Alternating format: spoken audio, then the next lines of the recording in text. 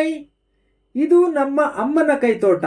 ಇದರಲ್ಲಿ ಎಷ್ಟು ತರಹದ ಗಿಡ ಮರಗಳಿವೆ, ಯಾವ ಯಾವ ಪ್ರಾಣಿ ಪಕ್ಷಿಗಳು ಇಲ್ಲಿ ಜೀವಿಸುತ್ತಿವೆ ಎಂದು ಕುತೂಹಲಕಾರಿಯಾದ ವಿಡಿಯೋವನ್ನು, ಗಿಡ ನೆಡುವ ಜನಜಾಗೃತಿಯ ಗೀತೆಯನ್ನು ಗೀತಶ್ರೀಯವರ ಮಧುರ ಕಂಠದಿಂದ ಆಲಿಸಿ ಸ್ವಾಗತಿಸಿ ನಂತರ ಮುಂದುವರೆಸೋಣ.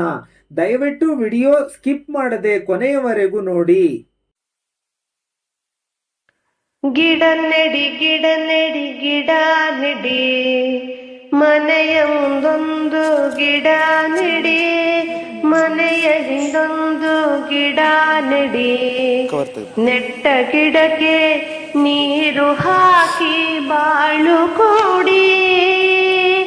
ಗಿಡ ನೆಡಿ ಗಿಡ ನೆಡಿ ಗಿಡ ನೆಡಿ, ಮನೆಯ ಮುಂದೊಂದು ಗಿಡ ನೆಡಿ, ಮನೆಯ ಹಿಂದೊಂದು ಗಿಡ ನೆಡಿ. ನೆಟ್ಟ ಗಿಡಕ್ಕೆ ನೀರು ಹಾಕಿ ಬಾಳು ಕೊಡಿ. ಖಾಲಿ ಖಾಲಿ ಭೂಮಿಯಲ್ಲಿ ಬೀಳು ಬಿಟ್ಟ ಪಾಳಿನಲ್ಲಿ ಬಸ್ಸು ರೈಲು ಸಾಗುವಂತ ಹಾದಿ ಬೀದಿ ಪಕ್ಕದಲ್ಲಿ. ಖಾಲಿ ಖಾಲಿ ಭೂಮಿಯಲ್ಲಿ ಬೀಳು ಬಿಟ್ಟ ಪಾಳಿನಲ್ಲಿ ಬಸ್ಸು ರೈಲು ಸಾಗುವಂತ ಹಾದಿ ಬೀದಿ ಪಕ್ಕದಲ್ಲಿ. ಹಾದಿ ಪಕ್ಕ ನೆತ್ತಿಯ ಮೇಲೆ ಬತ್ತಿ ಹೋದ ಮನದ ಒಳಗೆ ಸೊಂದಿಗೊಂದಿ ನೇಲೆಗಳಲ್ಲಿ ಮಂದಿ ಬಾಳೋ ಕೇರಿಯಲ್ಲಿ. ಗಿಡ ನೆಡಿ ಗಿಡ ನೆಡಿ ಗಿಡ ನೆಡಿ, ಮನೆಯ ಮುಂದೊಂದು ಗಿಡ ನೆಡಿ, ಮನೆಯ ಹಿಂದೊಂದು ಗಿಡ ನೆಡಿ. ನೆಟ್ಟ ಗಿಡಕ್ಕೆ ನೀರು ಹಾಕಿ ಬಾಳು ಕೊಡಿ. ಓಂ ನಮಃ ಶಿವಾಯ. ಆಧ್ಯಾತ್ಮಧಾಮ, ಇದು ನಮ್ಮ ಮನೆಯ ಹೆಸರು. ಶ್ರೀ ವೆಂಕಟೇಶ್ವರ ಪ್ರಸನ್ನ, ಗಂಗಮ್ಮ ಚೆಲುವರಾಜ್ ನನ್ನ ತಾಯಿ ತಂದೆಯರ ಹೆಸರು. ಸ್ನೇಹಿತರೆ, ಇವರೇ ನನ್ನ ಅಮ್ಮ, ಹೆಸರು ಗಂಗಮ್ಮ. ಇವರಿಗೆ ನಾನು ವಿಡಿಯೋ ಮಾಡುತ್ತಿರುವುದು ಗೊತ್ತಿಲ್ಲ. ಇವರು ಬಹಳ ಕಷ್ಟಜೀವಿ. 1982ರಲ್ಲಿ ನನ್ನ ತಂದೆ ಅಕಾಲಿಕ ಮರಣಕ್ಕೆ ತುತ್ತಾದರು. ಆದರೂ ಎದೆಗುಂದದೆ ಒಂಟಿಯಾಗಿ 5 ಮಕ್ಕಳನ್ನು ಸಾಕಿ ಸಂಸಾರ ನೌಕೆಯನ್ನು ತೇಲಿಸಿ ದಡ ಸೇರಿಸಿದರು. ಆಕೆಯ ಮಗನಾಗಿ ಅವರಿಗೆ ನನ್ನ ಹೃದಯಪೂರ್ವಕ ಹ್ಯಾಟ್ಸ್ ಆಫ್. ಎಲ್ಲರಿಗೂ ನಮಸ್ಕಾರ. ನಮ್ಮ ಸಂಸ್ಕಾರವಾಣಿ ಕನ್ನಡ ಯೂಟ್ಯೂಬ್ ಚಾನೆಲ್ಗೆ ಪ್ರೀತಿಯ ಸ್ವಾಗತ. ಬನ್ನಿ, ನಾವು ಇವತ್ತು ನೋಡುವ ವಿಡಿಯೋ ಕಂಟೆಂಟ್ ಸೊಗಸಾಗಿದೆ. ಅದೇನೆಂದರೆ ಅಮ್ಮನ ಕೈತೋಟ. ಕೇಳೋಕೆ ಚೆನ್ನಾಗಿದೆ ಅಲ್ಲವೇ? ವಿಡಿಯೋ ನೋಡಿ ನಮ್ಮ ಜೊತೆ ನೀವು ಸಹ ಎಂಜಾಯ್ ಮಾಡಿ. ನಮ್ಮ ಚಾನೆಲ್ ಅನ್ನು ಇನ್ನೂವರೆಗೂ ಸಬ್ಸ್ಕ್ರೈಬ್ ಮಾಡಿಕೊಂಡಿಲ್ಲ ಅಂದರೆ ಈಗ ಸಬ್ಸ್ಕ್ರೈಬ್ ಮಾಡಿಕೊಳ್ಳಿ, ಶೇರ್ ಮಾಡಿ, ನಮ್ಮ ಕನ್ನಡ ಯೂಟ್ಯೂಬ್ ಚಾನೆಲ್ ಅನ್ನು ಪ್ರೋತ್ಸಾಹಿಸಿ. ಬನ್ನಿ ವಿಡಿಯೋ ಮುಂದುವರಿಸೋಣ. ಸ್ನೇಹಿತರೆ, ನನಗೆ ಬುದ್ಧಿ ಬಂದಾಗಿನಿಂದ ನೋಡ್ತಾ ಇದ್ದೇನೆ, ಗಿಡ ಮರ ಅಂದರೆ ನನ್ನ ಅಮ್ಮನಿಗೆ ಪ್ರಾಣ. ಎಲ್ಲಿ ಯಾವ ಗಿಡ ಕಂಡರೂ ತಂದು ಮನೆ ಹತ್ತಿರ ನೆಡಬೇಕು, ಇದು ಇವರ ಹವ್ಯಾಸ. ಮನೆಯ ಹತ್ತಿರ ಜಾಗ ಇಲ್ಲ ಅಂದರೂ ಪಾಟ್ನಲ್ಲಿ ನೆಡುತ್ತಿರುತ್ತಾರೆ. ಮೊದಲು ನಮ್ಮದು ಪುಟ್ಟ ಹಂಚಿನ ಮನೆ ಇತ್ತು. ಆಗ ಮನೆ ಮುಂದೆ ಜಾಗ ಜಾಸ್ತಿ ಇತ್ತು. ಆದ್ರೆ ಈಗ ಮನೆ ದೊಡ್ಡದಾಗಿದೆ, ಖಾಲಿ ಜಾಗ ಕಡಿಮೆ ಇದೆ. ಕಡಿಮೆ ಇರುವ ಜಾಗದಲ್ಲಿ ಎಷ್ಟು ಗಿಡ ಮರ ನೆಟ್ಟು ದಿನ ನೀರು ಎರೆದು ಸಾಕುತ್ತಿದ್ದಾರೆ ಅಂತ ನೋಡೋಣ ಬನ್ನಿ. ಈಗ ಮನೆ ಮುಂದೆ ಫುಟ್ಪಾತ್ ಮೇಲೆ ಇಟ್ಟಿರುವ ಗಿಡಗಳನ್ನು ನೋಡುತ್ತಿದ್ದೇವೆ. ಮನೆಯ ಹಿಂದೆ ಮುಂದೆ ಕನಿಷ್ಠ 150ರಿಂದ 160 ಗಿಡಗಳನ್ನು ಬೆಳೆಸುತ್ತಿದ್ದಾರೆ. ಈ ವರ್ಷ ಮಳೆಗಾಲಕ್ಕೆ ಮುಂಚೆ ನೀರಿಗೆ ಬಹಳ ಬರಗಾಲ ಬಂದಿತ್ತು. ಕುಡಿಯುವ ನೀರಿಗೂ ಕಷ್ಟವಾಯಿತು.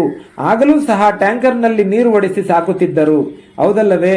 ನಾವು ಆಲ್ರೆಡಿ ಪರಿಸರವನ್ನು ನಾಶ ಮಾಡುತ್ತಿದ್ದೇವೆ, ಕಾಡನ್ನು ಕಡಿದು ನಾಡು ಕಟ್ಟುತ್ತಿದ್ದೇವೆ. ಆದ್ದರಿಂದಲೇ ಈಗ ಅನೇಕ ಕಾಯಿಲೆಗಳು, ಆರೋಗ್ಯ ಸಮಸ್ಯೆಗಳು ಎದುರಿಸುತ್ತಿದ್ದೇವೆ.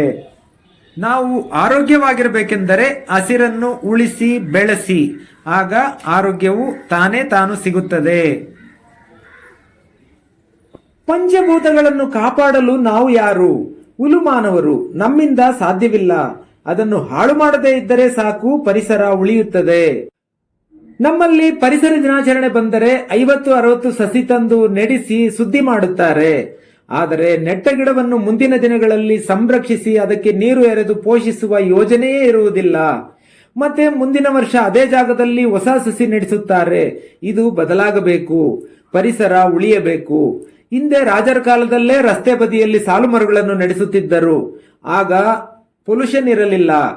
ಆಗಲೇ ಅವರು ನೆರಳಿಗಾಗಿ, ಗಾಳಿಗಾಗಿ, ಅಂದಕ್ಕಾಗಿ ನಡೆಸುತ್ತಿದ್ದರು. ಅಂದರೆ ಈಗ ಪೂರ್ತಿ ವಿಷಕಾರಕವಾಗಿದೆ. ನೀರು, ಗಾಳಿ, ಪರಿಸರ ಎಲ್ಲ ಕೆಮಿಕಲ್ ಆಗಿದೆ. ಈಗ ನಾವು ಎಷ್ಟು ಜಾಗೃತರಾಗಬೇಕೆಂದು ನೀವೇ ಯೋಚಿಸಿ. ಗಿಡ ನೆಡಿ, ಬೆಳೆಸಿ, ಮರ ಮಾಡಿ. ಮನೆಯ ಹತ್ತಿರ ಹಸಿರು ಗಿಡ ಮರಗಳು ಇದ್ರೆ ಅದನ್ನ ನೋಡ್ತಾ ಇದ್ರೆ ಮನಸ್ಸಿಗೆ ಒಂದು ಸಂತೋಷ ಏರ್ಪಡುತ್ತೆ. ನಮಗೆ ಅರ್ಧ ಸ್ಟ್ರೆಸ್ ಕಡಿಮೆ ಆದಂಗಾಗುತ್ತದೆ. ಆದ್ದರಿಂದ ಆ ಗಿಡ ಮರಗಳನ್ನ ನೆಡಬೇಕು, ಬೆಳೆಸಬೇಕು. ಗಿಡಗಳನ್ನ ಬೆಳೆಸಿ ಪ್ರಕೃತಿ ಉಳಿಸಲು ಸುಲಭವಾದ ಉಪಾಯವೇನೆಂದರೆ ಮಳೆಗಾಲ ಬಂದಾಗ ನಾವು ಗಿಡಗಳನ್ನು ನೆಡಬೇಕು. ಆಗ ನೀರು ಹಾಕುವ ಕಷ್ಟ ಇರುವುದಿಲ್ಲ, ತಾನೇ ತಾನಾಗಿ ಬೆಳೆಯುತ್ತದೆ. ನಾವು ನೆಡುವಂತ ಗಿಡಗಳು ಜನರಿಗೆ ಉಪಯೋಗಕರವಾದರೆ ಇನ್ನೂ ಸಂತೋಷ. ಆದ್ದರಿಂದ ಹಣ್ಣಿನ ಮರಗಳನ್ನು ಬೆಳೆಸಿದರೆ ಸ್ವಾಮಿ ಕಾರ್ಯನೂ ಆಗುತ್ತದೆ, ಸ್ವಕಾರ್ಯನೂ ಆಗುತ್ತದೆ. ಆಮ್ಲಜನಕನೂ ಸಿಕ್ತು, ತಿನ್ನಲು ಹಣ್ಣು ಸಿಕ್ತು, ಜೊತೆಗೆ ಪರಿಸರ ಉಳಿಸುವ ಕಾರ್ಯದಲ್ಲಿ ಕೈ ಜೋಡಿಸಿದಂತಾಯಿತು ಅಲ್ಲವೇ? ತುಂಬಾ ಉಪಯುಕ್ತ ಮರಗಳೆಂದರೆ ಮಾವು, ಹಲಸು, ಅಂಜೂರ, ಹುಣಿಸೆ, ನೇರಳೆ, ಸಪೋಟ, ಸೀಬೆ, ಇಪ್ಪೆ ಇತ್ಯಾದಿ ಮರಗಳನ್ನು ಬೆಳೆಸಿದರೆ ಬಹಳ ಅನುಕೂಲವಾಗುತ್ತದೆ ಮನೆಯ ಹತ್ತಿರ. ನಮ್ಮ ಮನೆಯ ಹತ್ತಿರ ತುಳಸಿ ಯಥೇಚ್ಛವಾಗಿ ಬೆಳೆಸಿದ್ದೇವೆ. ತುಳಸಿ ಪೂಜೆಗೂ ಆಗುತ್ತದೆ ಮತ್ತು ಔಷಧಿ ಹಾಗೂ ಕಷಾಯಗಳಲ್ಲೂ ಬಳಕೆ ಮಾಡಲಾಗುತ್ತದೆ. ಮನೆಯ ಮುಂದೆ ಇರುವ ಈ ಪಾಟ್ಗಳು, ಈ ಗಿಡಗಳನ್ನೆಲ್ಲ ನೋಡಿಕೊಂಡು ನಾವು ಮನೆ ಮೇಲೆ ಹೋಗಿ ಇತ್ತಲಿನ ಒಂದು ವ್ಯೂ ನೋಡಿಕೊಂಡು ಆಮೇಲೆ ಇತ್ತಲಿಗೆ ಹೋಗೋಣ. ನಮಗೆ ಪೂಜೆಗೆ ಪ್ರತಿದಿನವೂ ಬೇಕಾಗುವಷ್ಟು ಹೂವು ನಮ್ಮ ಮನೆಯ ಇತ್ತಲಲ್ಲೇ ಸಿಗುತ್ತದೆ. ನೀಲಾಂಬರ, ಕನಕಾಂಬರ, ಮಲ್ಲಿಗೆ, ದಾಸವಾಳ, ಸೂಜಿ ಮಲ್ಲಿಗೆ, ಸೇವಂತಿಗೆ, ಕಾಕಡ ಇತ್ಯಾದಿ ಸಿಗುತ್ತದೆ.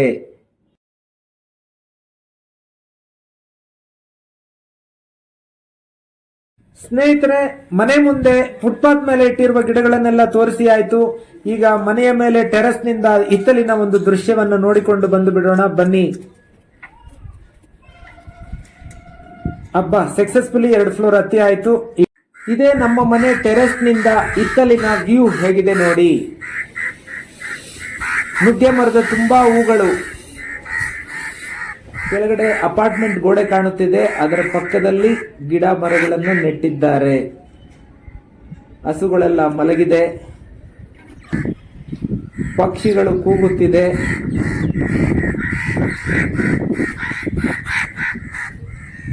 ಸೀಬೆ ಮರ,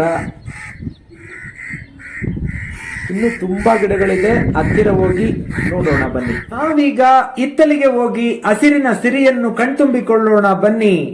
ನೋಡಿ, ಇದು ಸೀಬೆ ಮರ. ನಮ್ಮ ಹಾಡು ಭಾಷೆಯಲ್ಲಿ ಚೇಪೆ ಮರ ಅಂತೀವಿ. ನಾನು ಸಣ್ಣವನಿದ್ದಾಗ ಸೌದೆ ತರಲು ಹೋಗುತ್ತಿದ್ದೆ.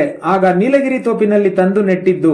ಸುಮಾರು 30 ವರ್ಷಗಳಿಂದ ಸವಿಯಾದ ಕಾಯಿ ಬಿಡುತ್ತಲೇ ಇದೆ.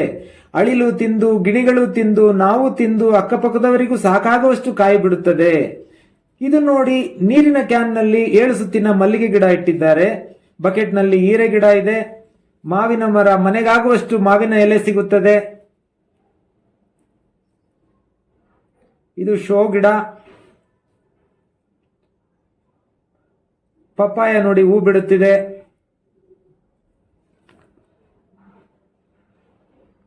ಕರಿಬೇವು ಮರ, ಸೀಬೆ ಮರ, ಮಾವಿನ ಮರ, ಮಾವಿನ ಗಿಡ, ಬದನೆ ಗಿಡ,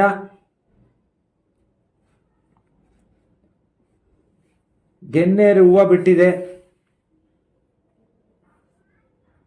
ಸೀಬೆ ಮರ, ಸೀಬೆ ಮರದ ಮೇಲೆ ನುಗ್ಗೆ ಮರ.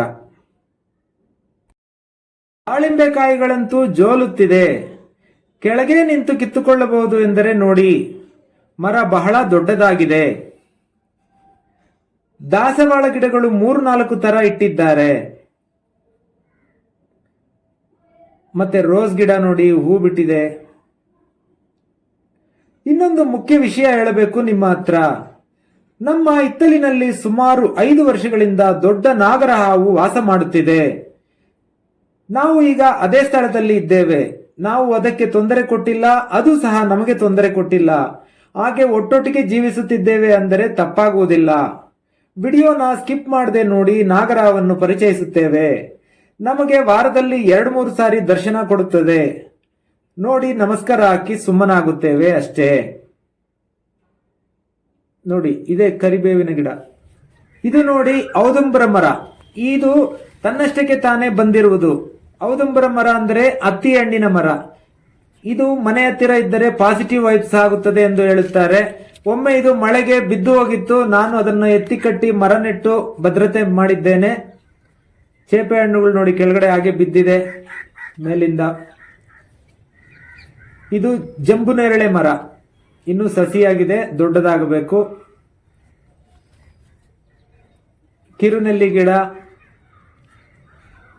ನೀಲಾಂಬರ ಗಿಡಗಳು, ಚೆಂಡುವಿನ ಗಿಡಗಳು, ಅಮೃತ ಬಳ್ಳಿ, ಎಕ್ಕದ ಗಿಡ ಅದಷ್ಟಕ್ಕೆ ಅದೇ ಬಂದಿರುವುದು. ಇದು ಸೀಬೆ ಮರದ ಪಕ್ಕದಲ್ಲೇ ಎಕ್ಕದ ಗಿಡ ಇದೆ. ಬದನೆ ಗಿಡ ಇದೆ, ಕನಕಾಂಬರ,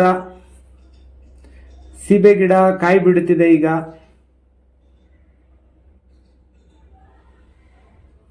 ಇದು ನೋಡಿ ವಾಟರ್ ಆಪಲ್ ಗಿಡ ಮತ್ತು ಪನ್ನೀರ್ ಗಿಡ ಎರಡೂ ಜೊತೆಯಲ್ಲೇ ನೆಟ್ಟಿದ್ದೇವೆ. ಎರಡೂ ಕಾಯಿಗಳನ್ನು ಬಿಡುತ್ತದೆ, ಬೃಹದಾಕಾರವಾಗಿ ಬೆಳೆದಿದೆ. ಕರಿಬೇವು, ನೀಲಾಂಬರಿ, ಗೆಣಸು, ಇಲ್ಲಿ ನೋಡಿ ಸೌದೆ ಇಟ್ಟಿದ್ದಾರೆ. ಮನೆಯಲ್ಲಿ ಗೀಸರ್ ಇದ್ದರೂ ನಮ್ಮಮ್ಮ ಗೀಸರ್ ಬಳಸುವುದಿಲ್ಲ. ಒಲೆಯಲ್ಲಿ ನೀರು ಕಾಯಿಸಿಯೇ ಸ್ನಾನ ಮಾಡುವುದು. ಆಗಿಲಿಂದ ಅಭ್ಯಾಸ ಆಗಿಬಿಟ್ಟಿದೆ. ದಾಸವಾಳ ಮರ ಹೆಮ್ಮರವಾಗಿದೆ.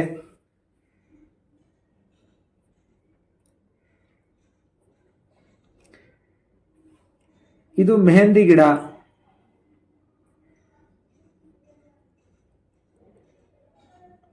ಮಲ್ಲಿಗೆ, ನುಗ್ಗೆ ಮರ ಆಗಲೇ ನೋಡಿದ್ದೀರಲ್ಲ ಇದು.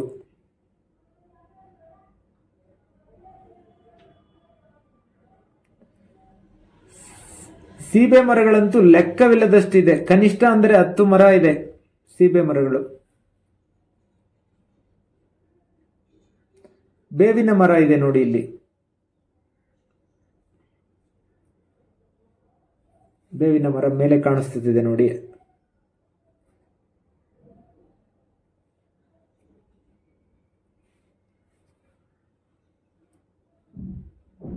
ಮೆಣಸಿನ ನಾರು, ತುಂಬೆ ಗಿಡ, ಶೋ ಗಿಡ, ಇದೇ ಸ್ಥಳದಲ್ಲೇ ಹಾವು ವಾಸವಾಗಿರುವುದು. ಅರಿಶಿನ ಗಿಡ, ಶೋ ಗಿಡ, ಬಾಳೆ ಗಿಡ. ಬಾಳೆ ಗಿಡ 2 ಕಡೆ ಇದೆ. ಗೆಣಸು ಅಷ್ಟೇ ತುಂಬಾ ಸಸಿ ನೆಟ್ಟಿದ್ದಾರೆ. ಇದು ಹತ್ತಿ ಗಿಡ. ಇದು ಗೆನ್ನೇರುವ, ಮತ್ತೆ ಇಲ್ಲಿ ಒಂದಿದೆ. ಇದು ಬಿಳಿ ಬಣ್ಣ.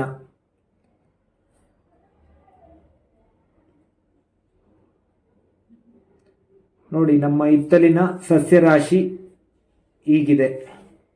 ಇಬ್ಬರು ನನ್ನ ಅಕ್ಕಂದಿರು ಅಮ್ಮನಿಗೆ ಗಿಡ ನೆಡಲು ಸಹಾಯ ಮಾಡುತ್ತಿದ್ದಾರೆ. ಇದು ಕಣಗಲು ಹೂವಿನ ಗಿಡ, ಪಾಟ್ನಲ್ಲಿ ನೆಟ್ಟು ಕೊಡುತ್ತಿದ್ದಾರೆ. ಹಬ್ಬ, ಮೈ ಜುಮ್ ಎನಿಸುತ್ತದೆ. ಇವನೇ ನಮ್ಮ ಮನೆಯ ಹಿತ್ತಲ ನಾಗರಾಜ. ಇವನ ಗೂಡು ಇಟ್ಟಿಗೆ ಜೋಡಿಸಿದ್ದವಲ್ಲವೇ, ಅದರ ಪಕ್ಕ ಕಾಂಪೌಂಡ್ ಮಧ್ಯೆ ಬಿಲ ಇದೆ. ಪ್ರತಿದಿನ ಬೆಳಗ್ಗೆ ಹೋಗಿ ಆಹಾರ ಬೇಟೆ ಮಾಡಿ ಸಂಜೆ ರಾಜಾರೋಷವಾಗಿ ಗೂಡು ಸೇರಿಕೊಳ್ಳುತ್ತಾನೆ. ಇಲ್ಲಿಯವರೆಗೆ ನಮಗೆ ತೊಂದರೆ ಕೊಟ್ಟಿಲ್ಲ. ನಾವು ಸಹ ಅವನಿಗೆ ಡಿಸ್ಟರ್ಬ್ ಮಾಡಿಲ್ಲ. ದರ್ಶನ ಮಾತ್ರ ಆಗಾಗ ಕೊಡುತ್ತಿರುತ್ತಾನೆ.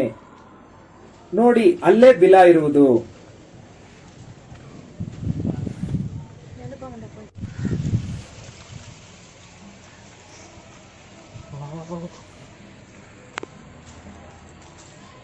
ಸುಮ್ಮನೆ ಹತ್ರ ಹೋಗ್ಬೇಡ, ದೂರ ಬಾ. ಹೌದಣ್ಣ, ನಾವು ಎಲ್ಲೋಯ್ತ ಮುಖ? ಆ ಕಡೆ ಅಲ್ಲೋಡು ಅಲ್ಲೋಡು ಅಲ್ಲಾಡ್ತೈತೆ ಅಲ್ಲಿ. ಎಲ್ಲಿ ಅಣ್ಣ ಈ ಕಡೆ ಬಾಣ, ಎಲ್ಲೋಯ್ತೆ? ಇಲ್ಲಿ ಬಾಣ ಅಲ್ಲೋಡು. ಅಯ್ಯೋ ಎಲ್ಲೋ ಮುಖ ಅಲ್ಲು. ಪಾಪ ಎಷ್ಟು. ನೀನು ಹತ್ರ ಹೋಗ್ಬೇಡಪ್ಪ, ನೀನು ದೂರ ಬಾಪ. ಏನಣ್ಣ ಇದು? ಅಜ್ಜನ್ ಕರ್ಕೊಂಡು ಹೋಗು. ನೋಡಿ, ಇನ್ನೊಂದು ದಿನ ಗೋಡೆ ಪಕ್ಕದಲ್ಲಿ ಜೋಡಿಸಿರುವ ಸೌದೆಗಳ ಮೇಲೆ ಬಿಸಿಲು ಕಾಯುತ್ತಾ ಮಲಗಿದ್ದಾನೆ. ನಾವೆಲ್ಲ ನೋಡುತ್ತಿದ್ದೇವೆ ಎಂದು ಮೆಲ್ಲಗೆ ಸೌದೆ ಮೇಲೆಯಿಂದ ಕೆಳಗಡೆ ಇಳಿದು ಬಿಲ ಸೇರಿಕೊಳ್ಳುತ್ತಿದ್ದಾನೆ. ಕಪ್ಪೆ ಅಥವಾ ಇಲಿ ಸಿಕ್ಕರೆ ಹೊಟ್ಟೆ ತುಂಬಿಸಿಕೊಳ್ಳುತ್ತದೆ. ಹೊಟ್ಟೆ ತುಂಬಿದರೆ ನಿಧಾನವಾಗಿ ಚಲಿಸುತ್ತದೆ. 5 ವರ್ಷದಿಂದ ಇಲ್ಲೇ ಇದೆ. ಆಗಾಗ ಸಣ್ಣ ಸಣ್ಣ ಮರಿಗಳನ್ನು ನೋಡಿದ್ದೇವೆ. ನಮಗೆ ಅಭ್ಯಾಸವಾಗಿ ಬಿಟ್ಟಿದೆ. ಆಕಸ್ಮಿಕವಾಗಿ ನೋಡಿದಾಗ ಭಯ ಆಗುತ್ತದೆ. ದೂರ ಇದ್ದರೆ ಧೈರ್ಯ, ಹತ್ತಿರ ಬಂದರೆ ಭಯ. ಸಹಜ ಅಲ್ಲವೇ? ಎಷ್ಟೋ ಜನ ಹೇಳಿದ್ದಾರೆ ಹಾವು ಹಿಡಿಯುವವರನ್ನು ಕರೆಸಿ ಇಡಿಸಿ ಎಂದು. ಯಾಕೋ ನಮಗೆ ಮನಸ್ಸಾಗಲಿಲ್ಲ. ವಾತಾವರಣ ಬದಲಾವಣೆ ಆದರೆ ಅದೇ ಹೊರಟು ಹೋಗಬಹುದು ಎಂದು ನಂಬಿಕೊಂಡಿದ್ದೇವೆ. ಒಮ್ಮೆ ಅದು ತನ್ನ ಮೈ ಚರ್ಮದ ಪೊರೆಯನ್ನು ಕಳಚಿತು. ಅದನ್ನು ತೆಗೆದು ಒಂದು ಬಾಟಲಿಯಲ್ಲಿ ಹಾಕಿ ಹಾಗೆ ಸಂರಕ್ಷಣೆ ಮಾಡಿ ಇಟ್ಟುಕೊಂಡಿದ್ದೇನೆ. ನಗಬೇಡಿ ದಯವಿಟ್ಟು. ನೋಡಿ, ಇಲ್ಲಿ 3 ಚಿತ್ರ ಕಾಣುತ್ತಿದೆ. ಅದು 3 ದಿನದ ವಿಡಿಯೋ. ಸಮಯ ಜಾಸ್ತಿ ತೆಗೆದುಕೊಳ್ಳುತ್ತದೆ ಎಂದು ಒಂದೇ ವಿಡಿಯೋದಲ್ಲಿ ಹಾಕಿದ್ದೇನೆ ಅಷ್ಟೇ.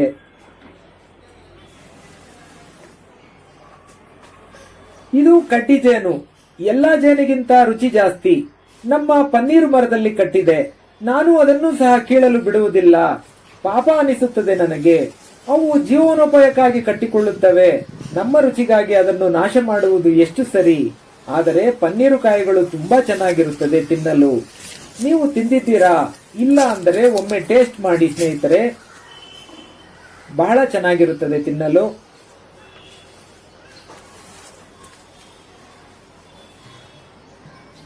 ವಾವ್, ಇದು ನೋಡಿ, ನಮ್ಮ ನುಗ್ಗೆ ಮರದಲ್ಲಿ ವಾಸವಿರುವ ಕೋಗಿಲೆ.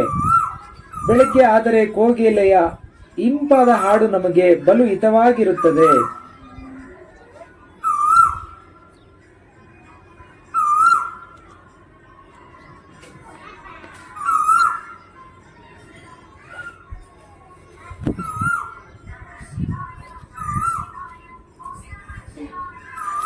ಇಲ್ಲಿ ನೋಡಿ, ನಮ್ಮ ಅಕ್ಕ ಗಿಡಗಳಿಗೆ ನೀರು ಹಾಕುತ್ತಿದ್ದಾರೆ.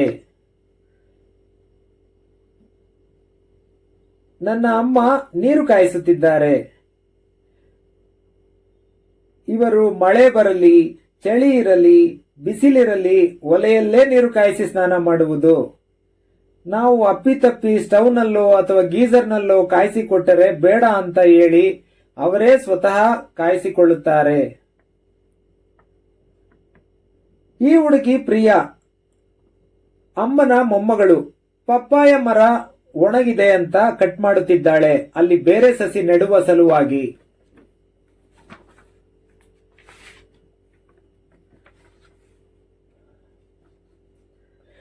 ಈಗ ನಾವು ವಿಡಿಯೋವನ್ನ ಕೊನೆಯ ಹಂತಕ್ಕೆ ಬಂದಿದ್ದೇವೆ. 4 ಮರಗೆಣಸಿನ ಮರ ಇದೆ. ಅದನ್ನು ಅಗೆಸುತ್ತಿದ್ದಾರೆ. ಅಗೆಯುವವರು ಸಹ ಮೊಮ್ಮಕ್ಕಳೇ. ಮರಗೆಣಸು ಅಗೆಯುವುದು ಸ್ವಲ್ಪ ಕಷ್ಟವೇ. ಯಾಕೆ ಅಂದರೆ ಜೌಗು ಪ್ರದೇಶ ಇದ್ದರೆ ಈಸಿಯಾಗಿ ಅಗೆಯಬಹುದು. ಆದರೆ ಇಲ್ಲಿ ಗಟ್ಟಿ ನೆಲ. ಗಡ್ಡೆಗೆ ಡ್ಯಾಮೇಜ್ ಆಗದೆ ಉಪಾಯವಾಗಿ ಅಗೆದು ಬಿಡಿಸಿಕೊಳ್ಳಬೇಕು. ಆ ನಿಟ್ಟಿನಲ್ಲಿ ಎಲ್ಲರೂ ಶ್ರಮ ಪಡುತ್ತಿದ್ದಾರೆ ನೋಡಿ. ಇನ್ನೇನು ಹತ್ತಿರದಲ್ಲೇ ಒಂದು ಮರ ಪೂರ್ಣವಾಗುವುದರಲ್ಲಿದೆ. ನೋಡಿ ಸ್ನೇಹಿತರೆ, ಗೆಣಸು ತಿನ್ನುವುದಕ್ಕಿಂತ ನಮ್ಮ ಮನೆ ಹಿತ್ತಲಲ್ಲಿ ಬೆಳೆದು ಅದನ್ನು ಕುಟುಂಬ ಸಮೇತ ಅಗೆದು ಹಿತ್ತಲಲ್ಲೇ ಬೇಯಿಸಿ ತಿನ್ನುವುದರಲ್ಲಿ ಸಿಗುವ ಸಂತೋಷವೇ ಬೇರೆ. ಅನುಭವಿಸಿ ನೋಡಿ ಒಮ್ಮೆ.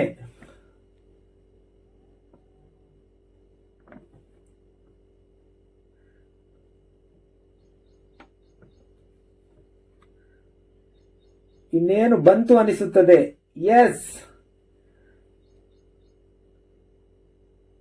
ಆದರೂ ಸ್ವಲ್ಪ ಮುರಿದಿದೆ. ಸಕ್ಸಸ್ಫುಲಿ ಒಂದು ಮರ ಮುಗಿಸಿದರು.